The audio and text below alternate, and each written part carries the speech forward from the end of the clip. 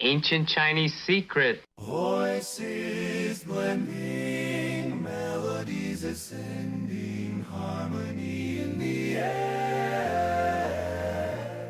Our songs are never ending. In the barbershop we create magic. Brad and John show, yeah. It's pure classic. No instruments needed, just our vocal range. Notes flying high, it's our musical exchange. Tracy's station may try, but they can't compete. Our barbershop style, it can't be beat. Oh, the harmony of voices, so sweet. In the barbershop of life, our tunes will repeat. No need for instruments, no need for a band. Just the Brad and John show, the finest in the land.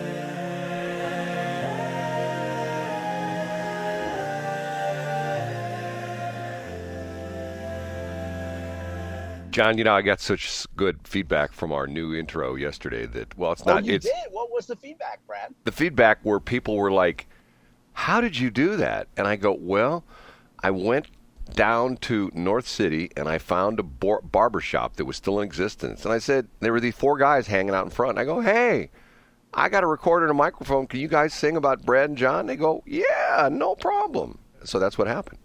And were they wearing the barbershop thing of the striped shirts, Brad? Oh yeah. And they each of them had their. Yeah, because now a lot of guys in North City are used to wearing stripes. Right. John, here we go. There's one incorrect line in that song though, Brad. They say that we have no instruments. Today, for better audio, I am using an instrument to keep my microphone in the car from driving around, and I would call it a hair clip. I have a beautiful co-pilot sitting safely in the back seat who refers to it as a bobby pin. And you, Brad, in the 60s would call it a roach clip. No, so whatever you want to call it is keeping a microphone from bopping around today. I would not, because back in the 60s, you know what I'd call it? And you're going to laugh when I tell you this. What would you call it, Brad? It's a heat sink. Oh, is that what it is? Yeah, back in the day when you soldered very sensitive electronic components, what you did was you either took an alligator clip or like what you got, like a bobby, not a bobby pin, but one of those hairpins that has the spring tension on it, and you would put that onto the lead of the component you were soldering, thereby the heat would go up the lead into the pin and dissipate the heat there and would not go into the actual device you were soldering. So, see, that's the kind of nerd I was back in the 60s. Interesting, Brad. Yeah. Yesterday I was thinking, we're going to get really deep here quickly, Brad. I was thinking about life's unfinished projects. We all have limited time on this earth. And one of them is I have a soldering iron kit, Brad, that I requested and I bought like 10 years ago. And I've never mastered it, Brad. So maybe we need to make a YouTube series where you teach me how to solder. Well, are you soldering components, or what are you soldering? I mean, what was? No, so for a while, what I did was, when I worked at the Stress Factory, I had I wore a lot of French cuff shirts. So I'm a big French cuff shirt guy, and I'm a big cufflinks guy. Right. And so I read about craft cufflinks. And I read that, you can essentially make your own cufflinks. Yeah. Right. So I did it over a period of time. And I experimented with what would work here and what would work there and whatever. And, I would use, for example, German currency if I was headed to Germany, and the locals that understood it would get the joke. But anyway, Brad, I thought that I would solder some cufflinks together just to make it easier for when I wore cufflinks to the office. And then I found other ways that were easier to get the cufflinks to stick, and that's the long-winded. This will be track 3 on my CD called Garage Crafts. See, this is the difference between you and I. You have a soldering iron that you haven't used. I have soldering stations that cost many hundreds of dollars. I have a desoldering station. I have a MIG welder. I have a plasma cutter. and I also have oxyacetylene bottles and a torch and a cutting torch. And I also have something that if I said this, even the guys who are into welding, I have a cap and hook, and most people would go, "A what?" I have a cap and hook, and I won't even tell you what that's for. That was a Johnny Depp movie. Right? It was a Johnny Depp movie. Okay, first off, interesting little story. I don't know if you heard this or not, that Jay Ashcroft was on Mike Carter's podcast, and Jay Ashcroft has announced that if he's elected, red blazers would be illegal in the state of Missouri. So I don't know if you heard that or not. That sounds like targeting, Brad. That sounds like Denny Hoskins is a member of a protected class, and he's being targeted right now. Well, it is time to get into the top three. What John Combest does, among other things in his life, he puts together this big list every single day for the past 22 years, never misses a day, and he puts it up there on the internet on his website called johncombest.com, Combest. You can go there and look at all the different things he's got, or you can listen to us right now as John counts down the top three with the assistance of... I'm Casey Kasem. We're on our way to the number one. In third place... controversy, passion, and a Secretary of State candidate. Are you able to talk, Brad, this morning about a Secretary of State candidate getting really worked up about something? Are you ready? Are you talking about Mike Carter again? No, but I'm talking about Valentina Gomez. Oh, my God. Swerved you, Brad. We need to get her on. Well, you know how I feel about John this. doesn't want to do that. You know how I feel about this. But let's get into number three, and then we'll talk about it. Valentina Gomez, who is surely annoyed by the fact that other Secretary of State candidates are getting a lot of attention, she made an appearance last night at the venerated St. Louis University, Brad, because you may recall from one of our shows last week, a guy named Dylan Mulvaney came to SLU to talk about his, his fame, cross-dressing, whatever it is that he's talking about, how you can destroy $1 billion brand with a commemorative cup. Who knows? But Valentina Gomez was down there, Brad, which I think is actually pretty smart of her to show up there. I mean, she got in the news. I'm sure she was able to capture some content for her social media feeds, talking a little bit about how silly it is for SLU to be hosting Dylan Mulvaney on their campus by the Great Issues Committee. So what do you think of that, Brad? If you were Valentina, would you have gone down there? Well, I don't quite understand you and I have talked about the Dylan Mulvaney thing. There's a lot of pushback that SLU's getting because of the fact it's a Jesuit university. And obviously, let's be honest, if you're Catholic, what Dylan is promoting is anti-Catholic. Would that be easy to say? Yeah, I think it's fair to say. Sure. Okay. And although, which is interesting, the purpose of universities, at least back in the day, were to expose you to many different thoughts and many different philosophies. Although it doesn't seem like that happens anymore. It seems like you get one-sided presentations at universities. And if, like the perfect example, wasn't one of the conservative guys supposed to go to SLU and they shot that down? Which guy was it? I can't remember. Well, and that's the I don't know if that was, so there was something that happened last year. But one of the controversies, Brad, not to interrupt, but one of the controversies about having Dylan Mulvaney this year is that college Republicans wanted to have a female athlete, and her name escapes me right now. It wasn't Riley Gaines, but wanted to have a female athlete come and talk about how important it was for protecting women's sports. And the university said, well, because that speaker's controversial, the security costs would be too high. We can't have this conservative on campus. So, which seems quite hypocritical. And I'm with you, Brad. I mean, and again, we'll reference WashU for the second time in 2 days. But we had a ton of right-wing and left-wing speakers on campus 25 years ago, whenever that was. But that's part of the idea of a campus, is have diverse opinions. I would have no problem with having Dylan Mulvaney come to a campus, but you have to have something on the other side. You have to offer some sort of equal opportunity. No, I agree 100%. If you're gonna do one side, you have to show the other side. But once again, I mean, like look at the situation that when you mentioned Riley Gaines, when she went to one of the University of San Francisco, where they chased her down the hall and she I mean, it was a real safety issue. Right. She ended up being essentially trapped in some kind of an office, and they had to call the campus police. Couldn't handle it. Not that they couldn't, but there weren't enough of them. They actually had to call in, I think, the San Francisco City Police too. I'm going like, okay, that's nutty. But yeah, anyway. And it shows the character of the people who oppose people like Riley Gaines too. What's the old I don't know who said it. I don't agree with what you say, but I'll fight to the death for your right to say it. Yeah, you know what I mean? That kind of thing. Yeah, I think that was Denny Hoskins. Yeah, you might have been right. Up a notch to number 2. A piece of legislation moving through the legislature that has some St. Louis roots. There's a state representative from Wildwood named Representative Justin Sparks, who was a former St. Louis County police officer. And he had a colleague that died back in December 2021. Brad, it happened not far from your neck of the woods and my neck of the woods where we grew up around Bell Fountain and Chambers Road.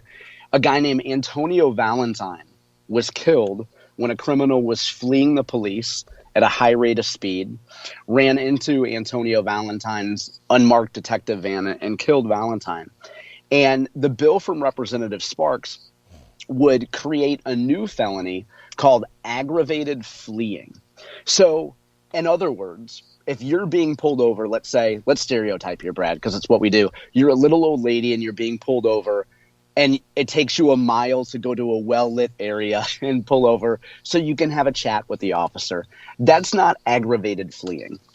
Aggravated fleeing is defined as driving at a high rate of speed to aggressively evade a police officer. So that would be a felony. I believe it's a Class D felony. And if someone is killed in the process of aggravated fleeing, I believe they could be charged with a Class A felony, and there would be certain standards or certain minimums of sentencing for those type of crimes. I have respect for Justin Sparks. I don't know if you know this or not. I believe his uncle is a police officer as well, too. They used to do a talk show on 97.1. Did you know this? I didn't know that. No, I didn't know that. Before Justin Sparks was a state rep? Yes, he did a show. Interesting. I didn't know that. He did a show on, pretty sure it was him. He did a show on 97.1. Anyway, I understand where he's coming from. I understand that he lost a fellow police officer killed who should have never been killed in a crazy, weird police chase. But my objection to this is like the hate crime kind of thing. I mean, they're already violating the law. And to me, if you murder someone, you didn't murder him because you loved him. Maybe you did at one point in time, if it's like a man-woman kind of thing or something like that. But I just think that you start modifying these charges, and it gets so complicated that if you go before a jury, it gets weird. You know what I'm saying? I mean, I do, but don't you think? I think part of what Justin Sparks and others and the Police Officers Association are saying is that it would serve as an effective deterrent. Do you think that's not true? John, let's be honest. Was I listening this morning? I wake up this morning, I'm a radio guy. I have a radio on all the time. And I think I was listening to 97.1, and they talk about there were 6 shootings last night within 13 minutes in the city, and 4 people were killed. Okay, do you think that any of those people involved in those shootings, the trigger men, the knife men, whatever, think, well, hold on a minute now. If I shoot this guy and kill him... It moves from a Class D felony to a Class A felony. Right. I mean... Yeah, okay, fair point. I might go to jail. And I mean, no, they don't care. Once again, it's the crazy thing. It's like with gun laws. The people who adhere to the gun laws are the law-abiding citizens, and the people that don't adhere to the gun laws are the scofflaws. That's true. That's true. Now, Brad, so maybe what I think you're saying is that instead of thinking of it as a deterrent, what if we just look at it from the prism of it's punitive? So why don't we increase penalties just to be more punitive to these people, to these scallywags who flee the police? See, once again, I mean, if anybody who gets involved, I knew a guy once upon a time, a guy that I did business with, it's a weird story. He sold equipment that I needed, and he was sort of an interesting character. And at one point in time, he admitted to me he'd been arrested 3 times in police pursuits. And I go, what? And he goes, oh yeah, it's a lot of fun. I go, do you realize? No, I'm being serious about this. I said, do you realize you could kill somebody? You could get killed. You could smash into somebody. The police cars could smash into somebody.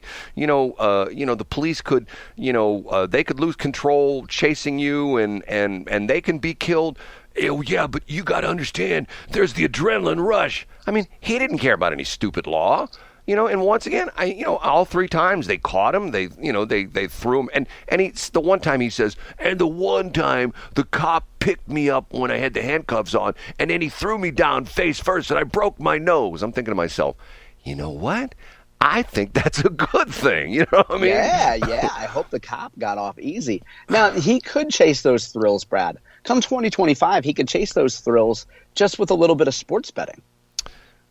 That must be number one. Brad? That must be number one. Is that? I don't know. Number Brad. one. Go ahead. Okay, I hit number one. I don't know if you heard it or not. Yeah, I did. The number one story comes from Kansas City. So shout out to Tony Bateo from Tony's Kansas City of linking to this. They're the top stories on my website today.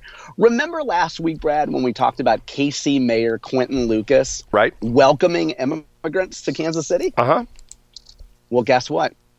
Mayor Lucas wants to clarify those comments, Brad. Oh, he's walking it back. He didn't mean when he said he wants to alleviate the decompression of these big cities that are dealing with this influx of migrants. He didn't mean the ones coming across the Mexico border.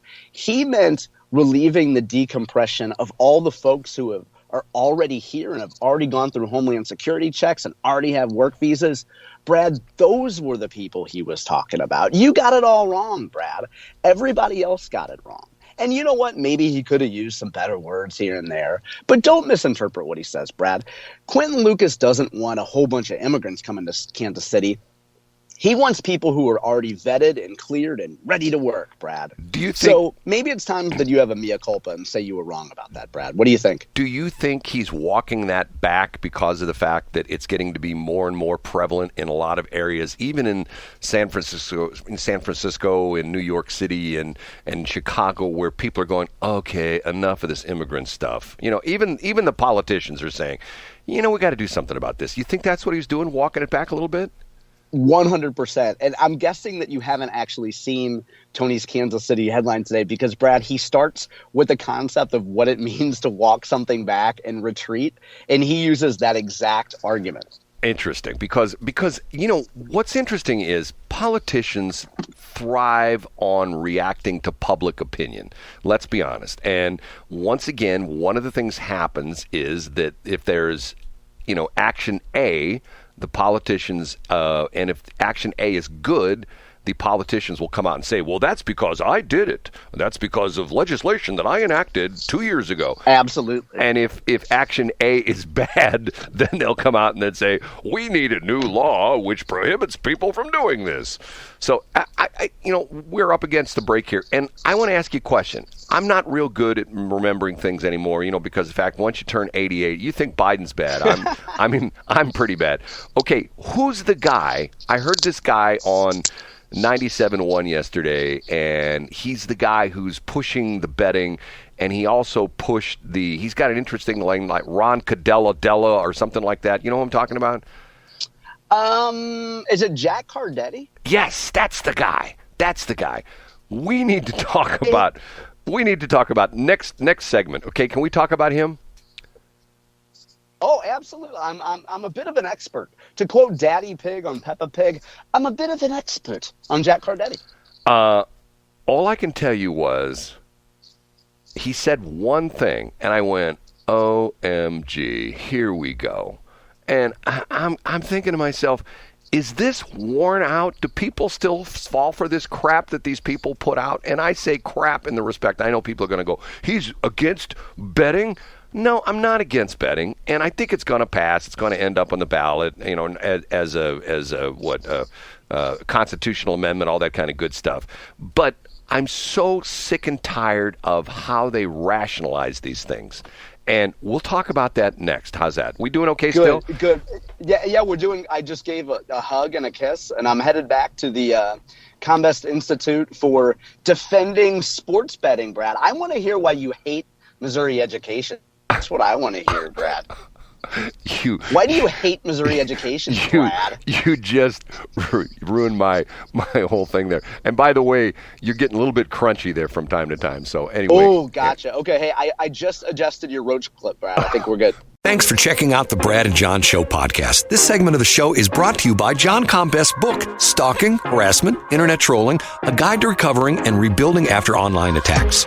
It's a great reference if you've ever been the unfortunate target of a social media attack. It's available on Amazon. Just search John Combest. That's Combest, John Combest, and the book will show up in your search results. Now it's time for another segment of the Brad and John Show. Can you handle it?